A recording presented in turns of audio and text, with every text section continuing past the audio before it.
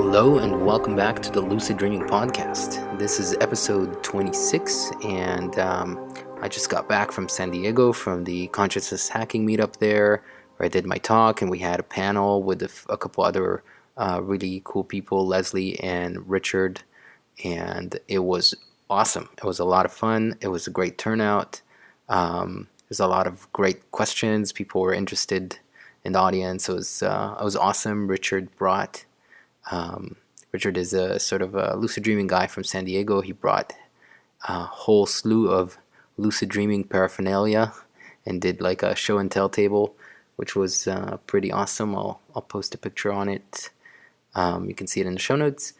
And it was really, really well done, really well organized. It was a lot of fun.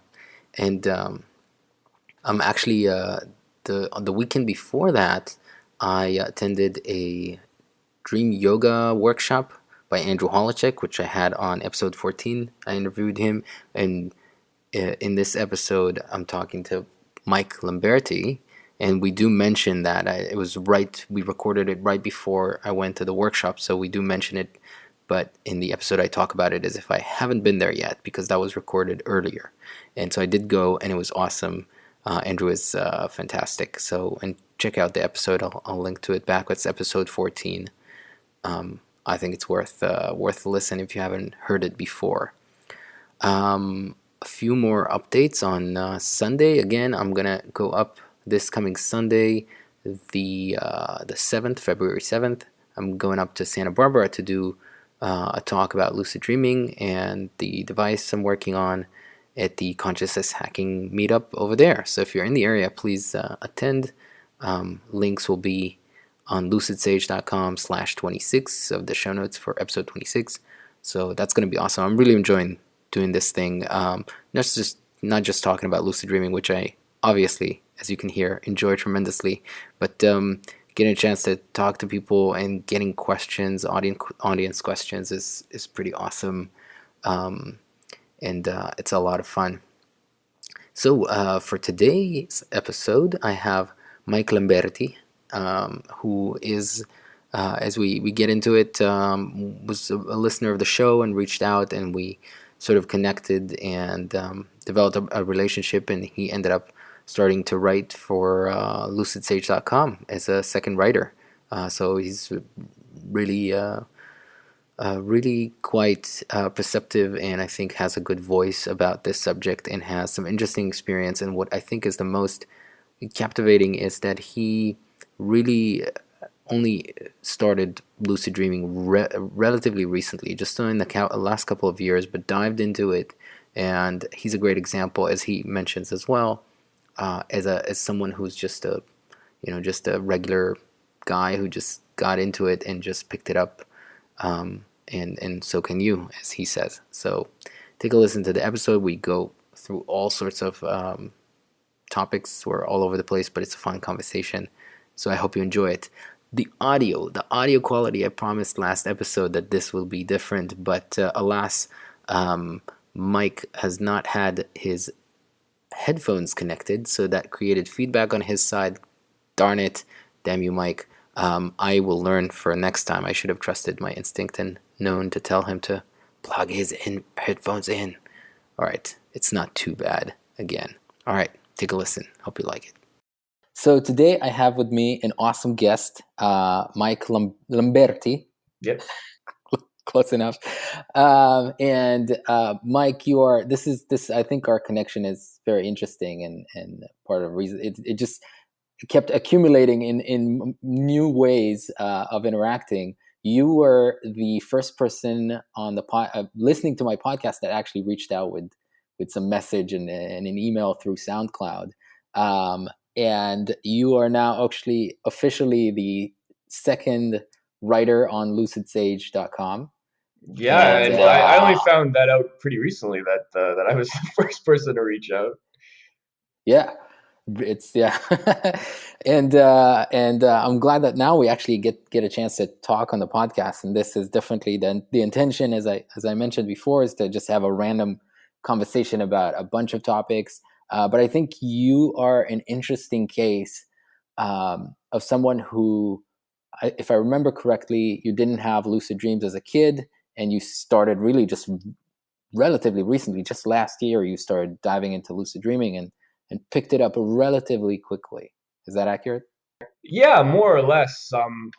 I recall having a lot of interest in dreams as a child, and I wouldn't say my dream recall was consistent, but there were some really heavy hitting dreams, even one from being about 5 years old that I could always remember. And I think I read about lucid dreaming for the first time in 2010 in Steve Volk's book Fringeology. I had a lot of interest in death and dying and near death experiences at the time, and that was something he got into in that book. But I found myself a lot more captivated by the chapters on lucid dreaming and meditation, and unfortunately decided that I was far too lazy to ever do anything about it.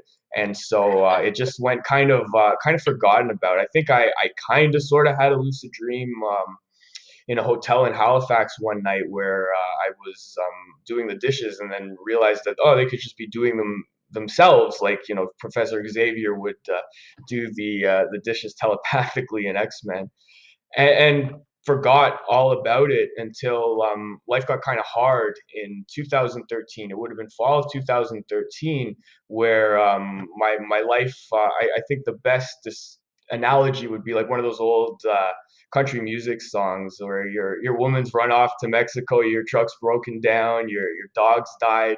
That was kind of the subjective experience of it, and one of the side effects of that was terrible sleep. Really bad dreams that I'd wake up from about 2 hours after going to bed and not being able to fall asleep. So I mean, I made the decision instead of becoming an alcoholic or something like that to try and, you know, make something out of this bad situation. And given all the trouble I was having going to sleep and how foundational sleep is to good health and you know, a good life, lucid dreaming sounded like a pretty good place to start. And now about roughly 2.5 years later, yeah, that initial impulse was absolutely right. It's very difficult to quantify or even qualify based on, you know, just the complications of an everyday life. But I think lucid dreaming has, in terms of a way to improve one's life, in my case at least, has really lived up to a lot of its potential and some of the advertising that you see. Yeah. So your washing the dishes dream, was that your first lucid dream?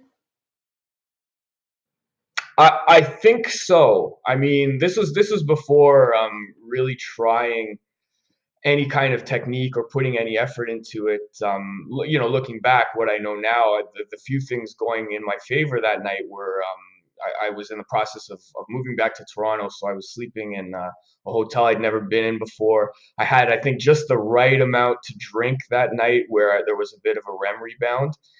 And it wasn't so much the awareness of being in a dream. There was a little bit of that, but more so the awareness that the typical rules of physical reality didn't apply. And it was as kind of fun as it sounds. Yeah, it's Yeah, it's interesting that, interesting that, and I've heard and I've this heard this elsewhere, that elsewhere, that traveling or traveling or sleeping in a new sleeping in a new place place seems seems to to uh, increase the increase the chances of a chances of lucid a lucid dream, dream, oddly enough. oddly enough. Yeah, Is that and your I think experience? the best theory as to why that may be that I've come across is that there's a kind of familiarity we have with our typical sleeping locations that allows us to really put our guard down in a very subtle way. If you're asleep in your room, there's just things you kind of take for granted in terms of your own safety and stuff like that. And I mean, you know, this hotel was not an unsafe place, or most of the places that we sleep aren't unsafe places, but we just haven't built that, I guess, unconscious comfort level there. So there's the retention of a greater awareness even when we fall asleep.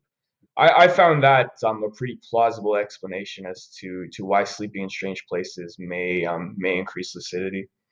Yeah, that's an interesting theory. I never thought of that. I like it. That makes some sense to me. So this is interesting because from our very first sort of email conversation, you have dived headfirst into lucid dreaming, and ever since you've started a blog, Lucid Scheming, and you've went to a retreat with Stephen LaBerge. You've been a subject of scientific study on lucid dreaming. It's where you interviewed the researcher, which is the one that's posted on the blog, and even started giving sort of little workshops in Toronto, right? Yeah, that's right. I've been to two workshops now with Stephen LaBerge, and the second one was with Andrew Holacek as well, a somewhat prominent dream yoga writer whose new book is coming out. I'm pretty excited for that. Yeah. I think that'll be summer of this year. And at that second retreat, one of the other participants was doing his postgraduate work in I think it was neuroscience and cognitive science. His name was Benjamin Baird, and I went to Madison, Wisconsin, in late November of 2015 for 2 nights to try to have a lucid dream in the sleep lab there. And which was unsuccessful, by the way. It's tough. Yeah, it was really tough. And there's pictures of the rig that you have to wear in the sleep lab while you're trying to fall asleep on lucid scheming, and I think a few on your website, the Lucid Sage, as well. Yeah. That you can see if anyone's interested. It was very rewarding, and I enjoyed the time I spent with Ben. I learned a lot about neuroscience, the MRI data that they took, and some of the cognitive testing that they did of me as someone who identifies as having lucid dreams. I think will still be helpful to them, even though we weren't able to actually catch the lucid dream under those controlled laboratory settings. Yeah, cool. I mean, I always quote the Ursula Voss in her talk on YouTube about the research, the original study of 2009. It took them 6 months to get just 3 recorded lucid dreams with EEG on. I mean, it's really hard. Not only everybody knows how hard it is to just have lucid dreams, but let alone in a lab setting with this head cap with tens of wires coming out of it, and people watching you, and it's just insane. It was 2 hours every night to glue all the sensors on and adjust the cap and everything. And unfortunately, a lot of it is just the kind of logistics that get in the way. That first night, I think I barely slept at all. It was 2 flights to get from Toronto to Madison, and your eating habits and sleeping habits. In my case, kind of meditative routine. It all gets sort of thrown off. To get to Madison in a cost-effective manner meant taking a flight and having to be at the airport at 6 a.m. in the morning. So the deck is kind of stacked against you. I could just be telling myself this. It may be a little self-aggrandizing. 1 or 2 nights more, and I definitely could have nailed it, because that second night, without all those kinds of additional logistical factors, sleeping and dream recall became a lot easier, and they were some bizarre dreams for whatever reason. So unfortunately, I have a pretty standard issue office job,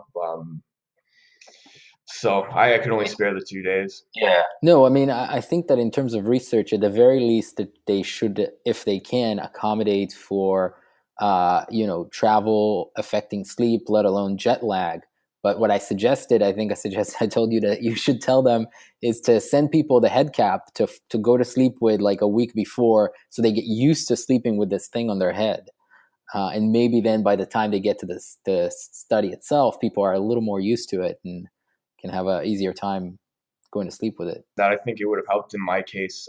Others may not find it so bad. And we can get into how this has shaped some of the practices I like to do. But I'm a very finicky sleeper. I have one position that I like to fall asleep in, and it wasn't exactly possible with all those wires sticking out of the back of my head. So there was sort of that to overcome too. And it's interesting actually, and I think something that goes overlooked, how when it comes to picking an induction technique or the different ways that someone wants to try to become lucid.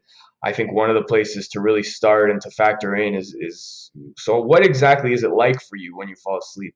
What are some of those important conditions for you that lend themselves well to falling asleep and to staying asleep and to falling back asleep? Because I mean, no sleep, no dreams. Yep. I mean, that's a great point because that's not mentioned that often. I mean, I did do the episode called "Prerequisite for a Dream," which is just about quality of sleep, but the patterns of sleep are always neglected because it's different for different people. Some people sleep on their back, some people sleep on their side, but also what you're saying is, in my example is the same where I fall asleep one way, but during the night I have a whole pattern where I wake up and I have to switch, usually just toss from one side to another, and I sleep on my front. But even sleeping on your front, you're sleeping on your front aimed at the right direction or aimed at the left direction, depends on how your head is on the pillow. And so it really makes a big difference, especially if you can't sleep that way. That's why one of the reasons why the sleep masks don't work for me, because when I sleep on my side, it presses on the side of my head, and if I'm wearing a mask, it pushes it off center and things like that. So that definitely is important.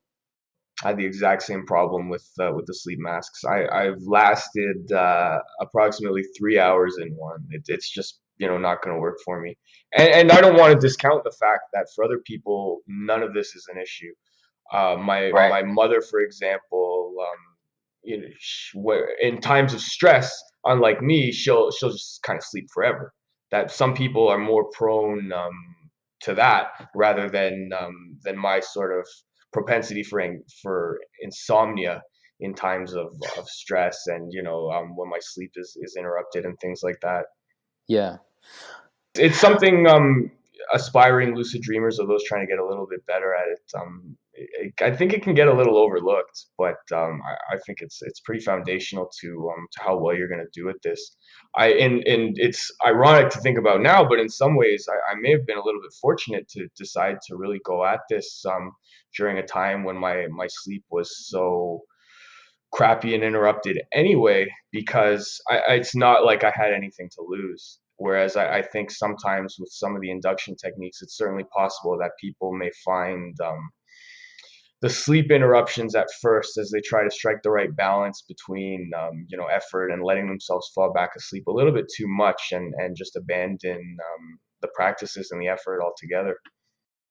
Yeah, I mean the sleep interruption is an interesting one, and I just saw again people keep reposting this article about how people who hit the snooze button more often have more lucid dreams, and I think there's a I don't know if it's really a causation correlation issue, but I think that they're misinterpreting the data, meaning I think there is a connection to waking up and going back to sleep. So interrupting REM, most alarms or snoozes are like 9-10 minutes or something like that. So you're not going through a full cycle, and so getting some wakefulness and then go back into sleep, especially if you're going back into REM, can help facilitate lucidity. But it's not just about the snoozing per se. It's just like in techniques when you wake up at 5 a.m. with a wake back to bed and you go back to sleep. It's the same mechanism.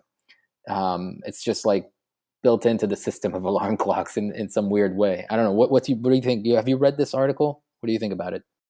Not that particular article.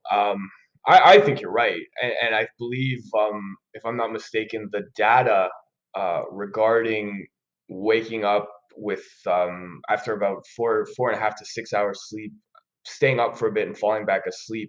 I believe that's you're 20 times more likely to have a lucid dream after doing something like that, and that has been verified pretty stringently by Stephen LeBerge's Lucidity Institute, if I'm remembering correctly, and that would be my best guess too. That really, it has nothing to do with the snooze button or how lazy you are in the morning or anything like that. It's just sort of tapping into that same mechanism where you get up and inject a little inadvertently, even, have that period of wakefulness, and some of that carries over if you fall back asleep. I've gotten to the point now where I don't do it on purpose anymore, but if I do wake up in the middle of the night and manage to fall asleep, a lucid dream is a pretty likely occurrence. So it's definitely certainly a factor for me. Cool. Well, let me ask you this because I'm curious. Since the vast majority of your interaction and practice and learning process of lucid dreaming is relatively recent. Again, it's not like you've been at it for 10 years or something like that. What was the progression of your learning? I'm sure you started diving into the subject. Did you try different techniques at different times? Did you mix and match right away? And I'm curious if you had anything particular that seemed to work better for you that was very obvious. And we can talk about. I think you introduced into your practice galantamine pretty early, and we can talk about supplements a little later. But just give me the general rundown. Well, I mean, and this was probably as much a strength as it was a weakness, but I was very probably kind of depressed when I started. So I was more than happy to spend entire weekends in the basement just poring over books about lucid dreaming. Whereas, I don't know if that was necessarily the best thing to do, or if most people are going to be willing to do that, but it's certainly got a lot of raw information into me very quickly. I think there's a point where the raw information stops being useful, though. I don't think lucid dreaming is something you can learn your way into. It's the first step. Absolutely, you have to know it. It seems to help to know that it exists. To have a solid intellectual understanding of the mechanisms at play, of what's possible, of what it's going to take. So I'd say that's step one. You do need a certain baseline of knowledge, with the understanding that that's only going to get you 20% of the way there. The next thing that I developed, and again, this was just as a result of how bad I was sleeping, and the powerful, god awful dreams at the time I was having, was I developed dream recall very, very quickly. I mean, they were the kind of dreams you kind of want to forget, so that certainly helped. I would say that's got to be step two, or doing that concurrently, at the same time as reading the lucid dream books. So specifically, a dream journal. Yeah, written by hand, which I don't think is necessary. I just like doing it that way. I had an old notebook lying around. One thing I think really helps, and I don't know that everyone does this, is set it up before you go to sleep at night. Yep. That makes the whole thing a lot more palatable. So I would write the next day's date, and a pretty brief idea of what I wanted to happen if I got lucid on that night. And from there, despite entire weekends spent poring over just lucid dreaming material, probably finding your podcast at some point in there, it took me, I think, 3 months from really, really trying to have a lucid dream to actually having one, and that was with recording my dreams every single time I woke up in that 3 month span, which I think is actually well above average, in the sense of, in a bad way. Like, I don't believe it takes most people that long between really, really wanting and dedicating themselves to having a lucid dream, and actually having one. And interestingly, the catalyst for that first little brush of success was alcohol. I guess just drinking the right amount to kind of loosen up, stop taking it so seriously, and to have a REM rebound around, after three REM periods of sleep, and waking up, going back to sleep again inadvertently, and it just sort of took off in December of 2013. Interesting. I mean, it keeps amazing. It amazes me. It amazes me how really different people react differently to all sorts of things, anywhere from techniques to the supplements, even alcohol. So alcohol, even a little bit, disrupt my sleep to an extent where it's just, I mean, I do get sort of crazy dreams, but I've not. They don't seem to be getting me any closer to lucidity for some reason. Even if I wake up and go back to sleep, it's just I feel too. My body's too agitated in some weird way. Same with galantamine. It has disrupted my sleep. I do want to try it again, but it has disrupted my sleep a little too much for actually, I think, being able to have a solid, stable dream. But I don't know.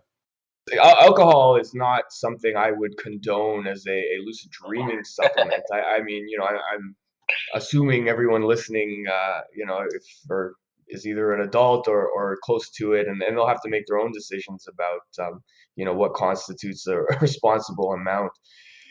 But I think it's helpful, and unfortunately, with the way that lucid dreaming education and information is disseminated, it's for the most part a few scientists and enthusiasts writing books that they hope are going to are going to reach as many people as possible. And so there's not really a lot of opportunities there to tailor some of the advice for individual personality types and preferences and stuff like that. Right. That's fine. I think that was exactly as it should have been as it started. I mean, Stephen LaBerge in the 70s and the 80s, first making these discoveries, I think that was the intelligent first step to promote and disseminate the idea of lucid dreaming to as wide an audience as possible. I bring this up because I think we're finally at the point where, especially with the internet being what it is now, I don't know that that's as necessary as it once has been. So I guess the direction I'd really like to go with lucid dreaming is to focus more on what's going to work for individuals. So I bring this up because in my case, I was as it's probably coming across from what I've said already, probably way too tightly wound around the idea of lucid dreaming. I don't think people should spend entire weekends poring over books about lucid dreaming or making it their sole purpose in life, as I did on occasion. And so for that kind of personality type, for the kind of person who's overdoing it a little bit, and the kind of person that just needs to get a little bit more grounded in the body, perhaps alcohol is good in that situation, because it's a little hard to overthink things after 3 drinks, and you don't quite take things as seriously. So perhaps under those circumstances, it can be helpful. And again, the physiological effects of alcohol on sleep are to repress REM. So if you have some drinks and you fall asleep, you're not going to enter into REM as much, I believe. But then following that effect wearing off, your brain is kind of going to make up for lost time with REM, and so you'll experience a REM rebound. At which point it becomes, your dreams get quite vivid and clear, and it's not a bad opportunity to experiment with trying to get lucid. And it worked for me a couple times. Yeah, and it's important to point out that it's just basically it's one mechanism of several to create REM rebound. Yeah, and I think the point I wanted to mention earlier, where you were saying about writing a dream journal, is that it's still. First of all, I think that what you're saying about books, the internet, it seems, and especially forums, sort of took the place of providing people a platform to share experimentation. I think that's where people started to say, "Hey, has this worked for anyone? I'm I have an experience in life. I'm wondering if it's correlated, because I suddenly had a lucid dream." And people, anything from eating cheese to bananas to all sorts of stuff. But that's where people pick it up and experiment, and then come back and say, "Hey, this worked for me. This didn't work for me." But and it's so weird, because a lucid dreaming in general is not a one size fits all for some reason. It's not like, here's what you do and this will work and done and done. maybe with the exception of a few things that seems to be at the core or the base, with that which is why I recommend dream journaling like all the time. But it's interesting that people in most cases will wake up in the morning and write down whatever they remember, but not when they wake up in the middle of the night. They won't stop to write. But if they're really trying to increase dream recall, they can do that. And in fact, that happens to also at the same time wake them up a little bit, and then when they go back to sleep, again they're coming back in with a little more wakefulness, back into whatever sleep stage they're at. It's really hard to predict. Yeah, I think dream journaling, it's sort of multi-purpose. It seems to help Right. in several different ways. You're becoming more familiar with the kind of landscape of your mind. If you're writing things down and noting recurrences and just sort of the flavor of your dreams. I mean, what tends to happen when I'm asleep. You start to get a bit more of a sense of that, and that can certainly help if you want to realize you're dreaming while you're dreaming. I think that can help a lot. If you're diligent about recording in a systematic way and making notes about when you have more clarity in your dreams, when you get lucid in your dreams, you may be able to identify patterns like what I was talking about. Is it when you've had 3 drinks? Is it when you've had 4? Is it when you've had no drinks, which is probably a lot more common? Is it when you let yourself sleep in? You can start to really pick up on that kind of thing if you're diligent about taking a lot of data when you're turning the lights off to go to sleep, when you're waking up and writing down your dreams. So that can certainly help. I mean, some of my sort of droughts with lucid dreams have occurred when I'm not getting adequate amounts of sleep. Yeah, shocking. Yeah, I know. But I think it's the kind of thing that's easy to overlook, and my dream journals have kind of suggested to me over the years that anything less than 7 hours, you're really asking for a lot to have a lucid dream. Myself, anyway, under those circumstances. Yeah, yeah. I'm actually curious about the whole movement of the quantified self, the gadgets, the apps, the various methods of tracking. If people could incorporate into already existing systems, quality of sleep and then frequency of lucid dreaming, I wonder if we can get a little more aggregated data about what affects sleep and what affects lucidity. That would be really interesting. Yeah, I would be very curious too. And I mean, the one downside, unfortunately, to doing all of this by hand is I've yet to work up the willpower to make a spreadsheet and track the number of lucid dreams I have by month and things like that, because that would be really interesting to see. So that's one benefit of doing your dream journaling electronically. You may be able to play with the data in a more scientific manner with less effort. Yeah, I think that's what apps like Dreamboard and Shadow are trying to do. And I actually, hopefully, by the time this episode will be up, then the previous episode that, as of yet, is not yet up, the one with Kelly Bulkley, we're talking about his sleep and dream database, and that's another implementation of actually like aggregated data and seeing patterns for the collective, but also these other apps that are basically giving you your own patterns, whether it's to find dream signs, and again, if you're tracking other things, is to see sort of the patterns of your behavior, your nutrition, and other things, as when it comes to your sleep and lucid dreams. That's kind of, I mean, the more of these things are developed, we're going to get into a higher level of accuracy with some of these things. Yeah, I think so too, and that's a really good point. Certainly, in those early months, dream signs and knowing them was very helpful to me. And it can be anything. In my case, and they've disappeared lately, but my dream sign was always houseplants. There would be houseplants growing in the strangest places, and houseplants I'd never seen before, and there must have been at least 10 lucid dreams triggered that way. So certainly that familiarity with the content of your own dreams is one really good way to start having lucid dreams. I think it's almost like you want to take a bit of a stage approach to it.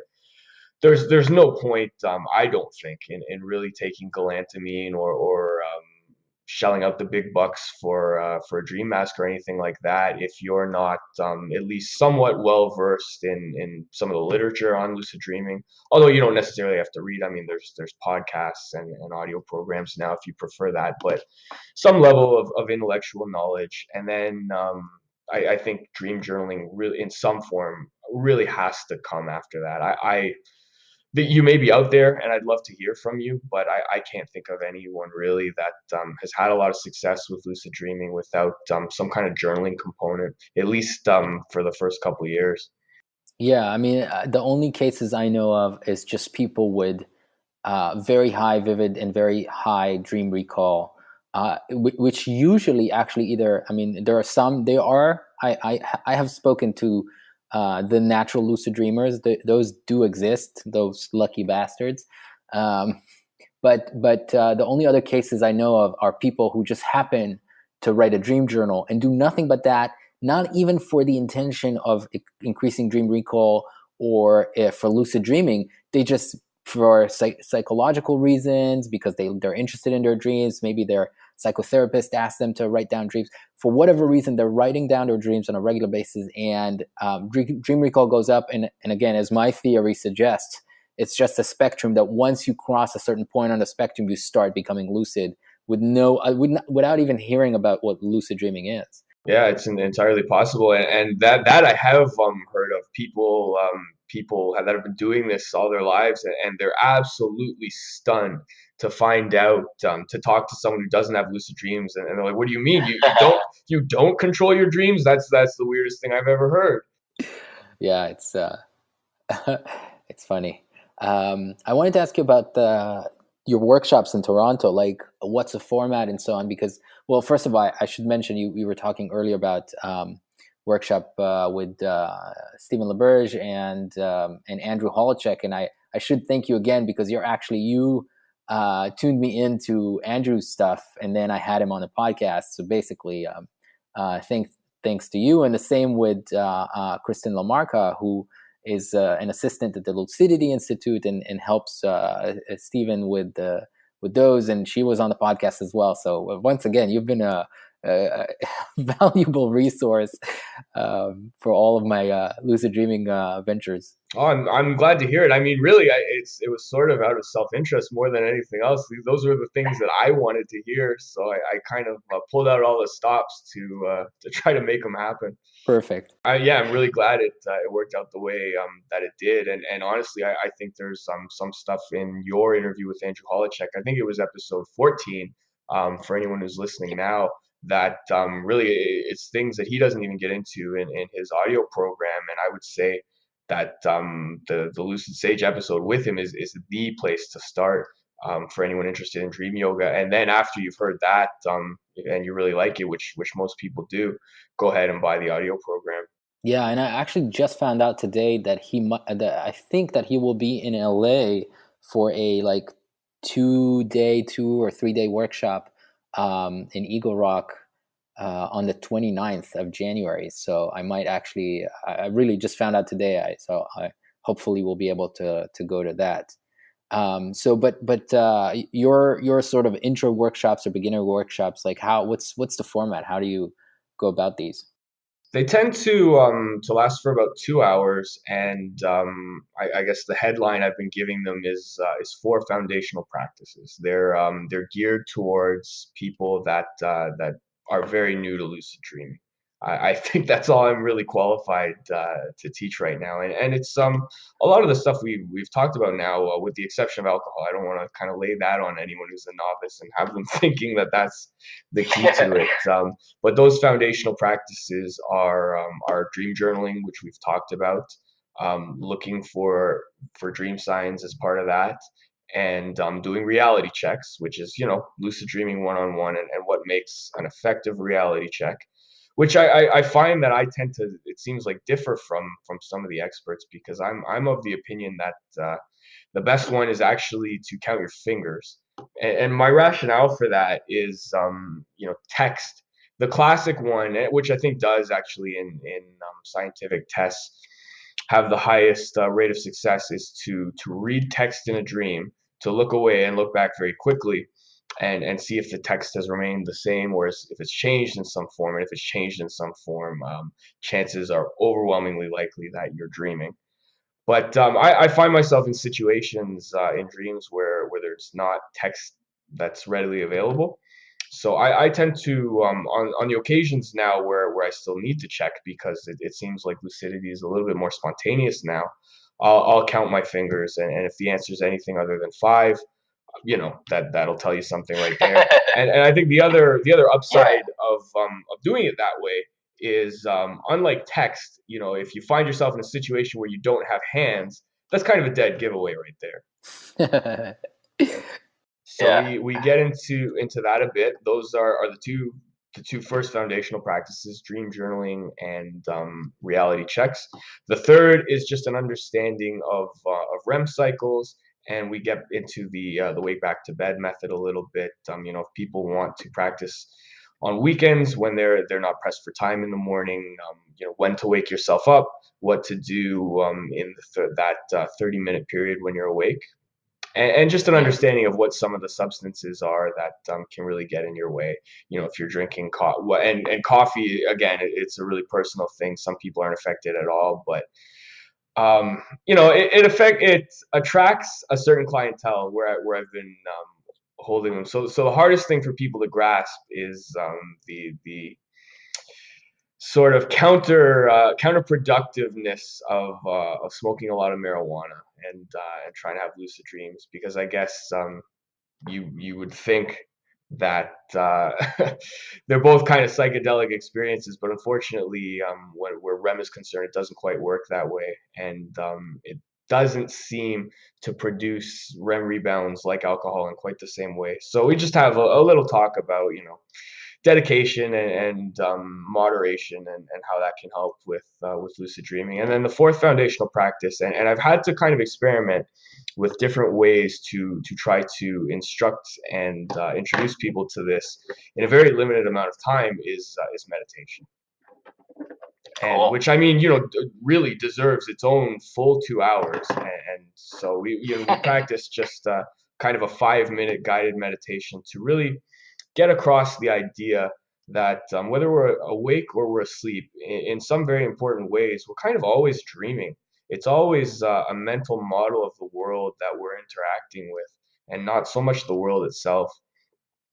And just to kind of give people an idea of what the texture of that is like, when you're trying your damnedest, especially if you're new at it, to meditate for 5 minutes, and you keep having these thoughts pop up out of nowhere, and really you can't even say that they're volitionally. I mean, you're sitting there trying to focus on the breath, and all of a sudden there's a Kelly Clarkson song playing in your head that you haven't heard for 7 years.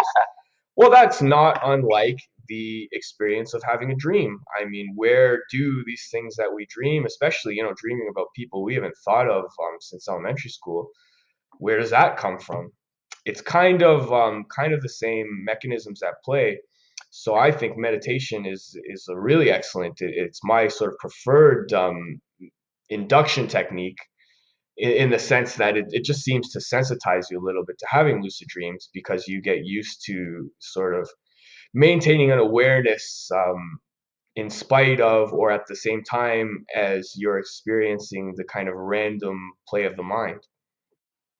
Right. I think meditation is gonna turn out to be really one of the most beneficial, or perhaps even crucial components for awareness in dreams, and the connection should be obvious, I think. But I mean, just to say that, um, when you look at dreams and the experience in dreams, how erratic it absolutely is, and you think it's the content that's erratic, but the content is generated by your mind. And I always thought, why are dreams so erratic, but waking life is so solid and static? Until I realized, well, the input in a dream is coming from your mind, and your mind is erratic in your dream, but your mind is also erratic in your waking life. It is all over the place.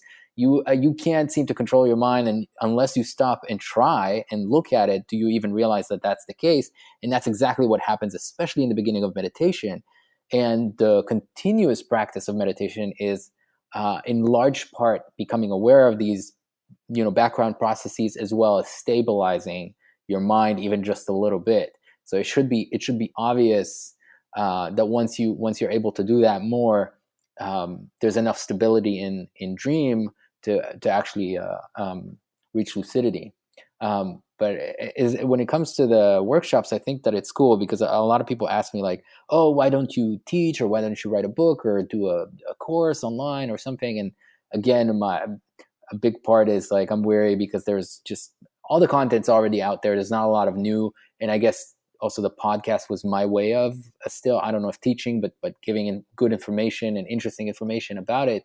However, I think the exception is workshops because people get a chance to ask questions directly and interact in a way that's just putting content online is not as useful.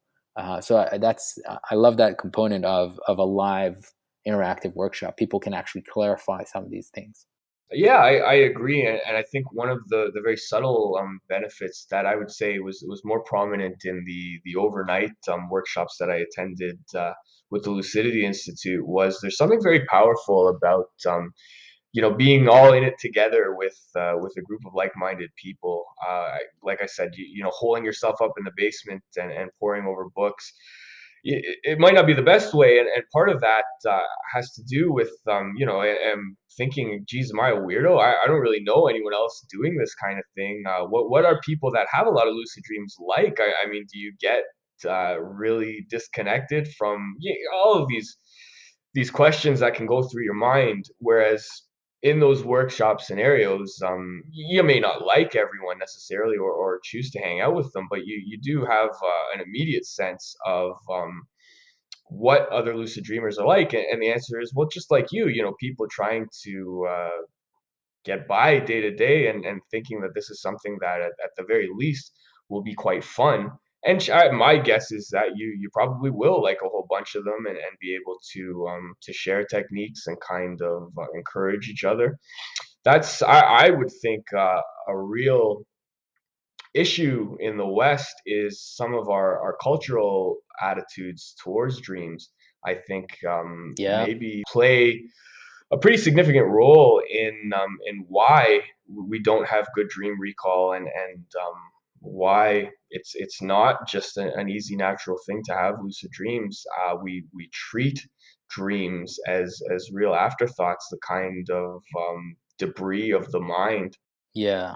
And so this is a rare opportunity if you can find these lucid dream workshops in Toronto or anywhere else to interact with a group of people that at the very least have taken 2 hours out of their day to spend on dreams.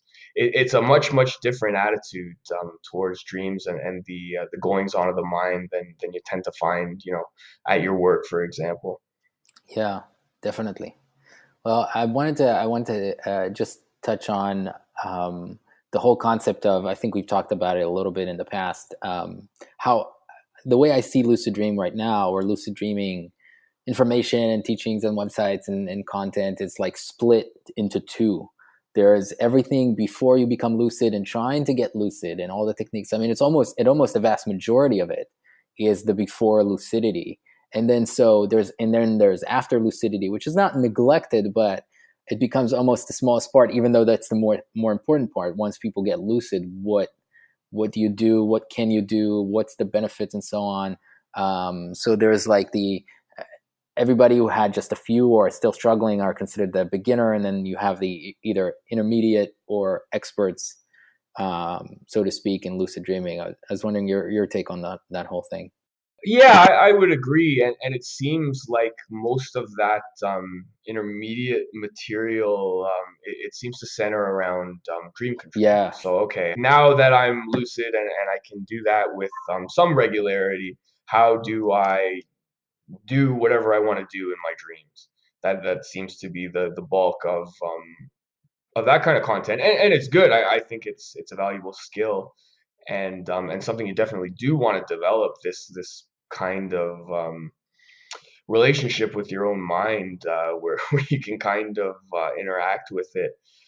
But I guess the questions I've always been a little bit more interested in than how do I control my dreams, although it may have something to do with that, is there were these studies that I don't think were ever able to be replicated that suggested that having a fairly regular amount of lucid dreams, I don't recall the exact frequency, was very psychologically beneficial, and had a lot of positive effects on the big five personality traits in psychology.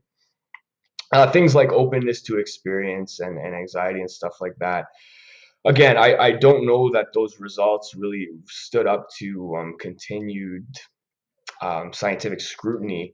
But that's always what I've kind of been interested in about lucid dreams. How do I make this something that's going to enrich my waking life? If there's kind of, and they've touched on that a little bit. I think Stephen LaBerge did really great work, even in some of the earliest work on lucid dreaming, about using them to face fears and repressed shadow material, things like that.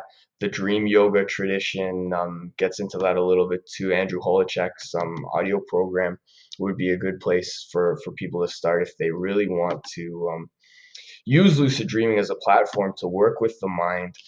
What I'd really like to see is a very systematic approach. What are the best ways to effect transformation in your own life through lucid dreaming?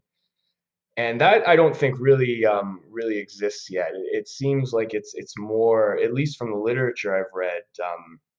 Occasionally you'll find yourself in dream scenarios, and you'll have a chance to hug an ogre or something like that, and they'll dissolve into light, and maybe that is the extent how it works. Sometimes you just find yourself in those scenarios, but for someone like myself that was trying to work through some heavy stuff at the time, there was not really a lot out there that I found helpful in setting my expectations, or kind of pointing me towards what the most efficient ways of doing that would be, or I think what's really important, when to just kind of lay off and have a good time, and not let it become this obsessive compulsion to better yourself, that actually ends up getting in the way of having lucid dreams, when you're so hell bent on fixing yourself you can't fall asleep or something like that. So I mean, does that make sense at all? I certainly have some ideas on Yeah. what that might look like. No, I think that makes perfect sense, and I think that again, part of the problem is that we're only scratching the surface with some of the experiences and the possibilities and the effects of various interactions in a lucid dream on our lives, our bodies, our minds, and so on, especially our psychology. But I think part of the problem is that just not enough people have had enough amount of time to explore this realm in order to really kind of test it out fully, let alone in research and scientific approach, but even just experientially, which is the crucial component.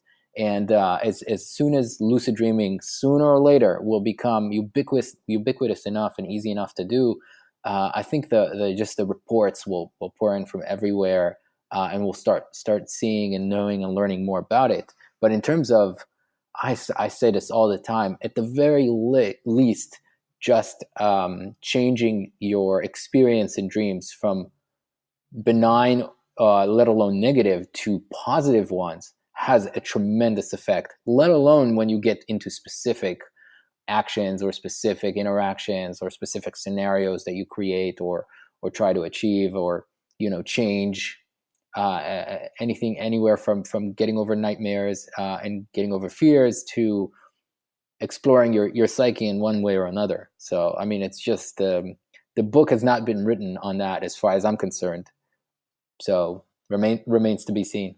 That's where I'd like to kind of see it going. I mean, I can remember one dream I had about getting into this awful car accident, which descended into a lot of family infighting and stuff like that. And just I don't think I'll ever forget the feeling of becoming lucid under those circumstances, and just the stress washing off, to the incredible feeling Oh of, yeah. wait, I didn't actually get into a car accident. I all these things I was worried about, I don't actually have to deal with filling out these forms and everything like that.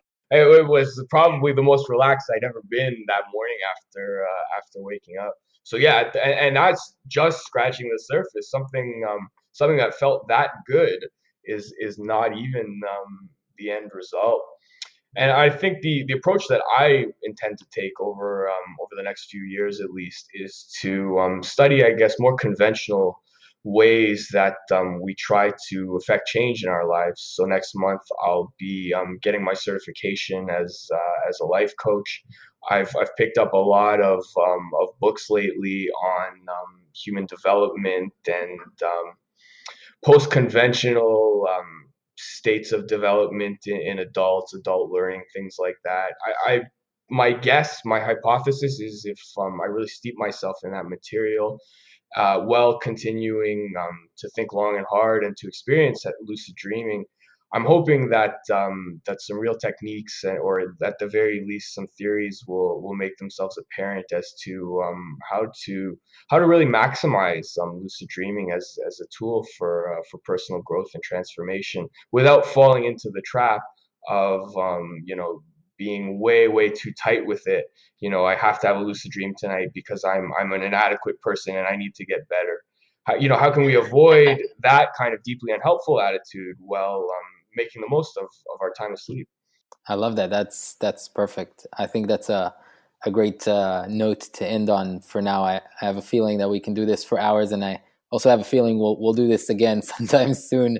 Yeah, it's likely, and I'd like to have a bit more writing up on the site pretty soon. If I could just add one more thing, I guess what I'd really like for people to take away from this episode is, in a lot of ways, I'm just like them. I was just a person who listened to the podcast and wanted to have lucid dreams, and it can happen to you too, that you just get so into it that it really takes off.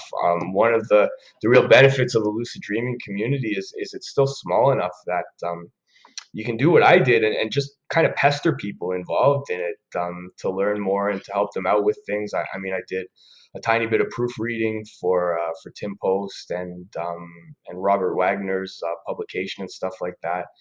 Lucid dreaming as a field, maybe not so much the hardcore science going on, but the educators, they're very open to that kind of thing. So anyone who really wants to get involved and just immerse themselves in the topic, those avenues are still open.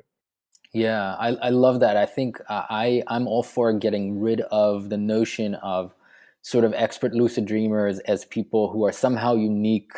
I mean, again, barring the occasional natural lucid dreamers that probably can't even teach you because it happens to them naturally. I'm all for getting rid of the stature of experts, because it's all just other people who have tried and have stumbled and maybe have learned from some other people's technique and figure out their own techniques and stumble their way upon a more regular practice and regular occurrence of lucid dreaming. And that applies to everybody else. So, and that's why I said on the very first episode I recorded, I said, look, I'm not an expert. I have experience and I have enthusiasm like no one else perhaps, but that's it. It's just a matter of your interest in it, and to some degree dedication in trying it. But it's just people trying to do the same thing and achieving more or less success. Yeah. Yeah, absolutely. I mean, I have an astoundingly regular job. I like watching basketball. There's a lot of ways in which it doesn't get any more typical than the life I'm living, and that's totally fine. That is a perfectly adequate container in which to nurture a really exciting and fulfilling lucid dream practice. That's awesome. So I'm gonna link you're writing now on lucidstage.com, and I'm gonna link to your current article, and soon you'll have another one up. Where else can people find you? Twitter, which is lucid scheming with all the vowels removed, so that might not be the easiest thing to just type out. We can put that in the show notes as well. Yeah. Twitter's probably the Yeah, no easiest problem. way. If you want to contact me through the lucid dreaming site, in the probably not near future, I'll have my own life coaching practice, and a big thing that I want to tackle is lucid dreaming, as well as sleep disorders and nightmares, insomnia, things like that. With the understanding that I'm not a medical doctor, that'll be something I'm pursuing. So I'd be happy to hear from anyone about that kind of thing, or just about anything else related to lucid dreaming and meditation. Those are my two real passions right now. So certainly, I'd love to hear from anyone who this conversation may have resonated with. Very cool. Awesome. All right, I'll put all the Sorry, that can be done through, I guess, the contact section of Lucid Sage, I would think. That didn't really answer that question. yeah. No, I'll link, and I'll link to your website. I'm sure you have a contact form there as well. Awesome. Thank you for coming on the podcast and being a part of all this craziness. It's great. Thanks for having me, Jay. I'm thrilled to be here. Awesome. Thank you. So I hope you enjoyed this interview and this episode. I will be back soon with more interviews and some more good, fun information. And until then, you can reach me at The Lucid Sage on Twitter or contact@lucidsage.com via email. Until next time, sweet and lucid dreams.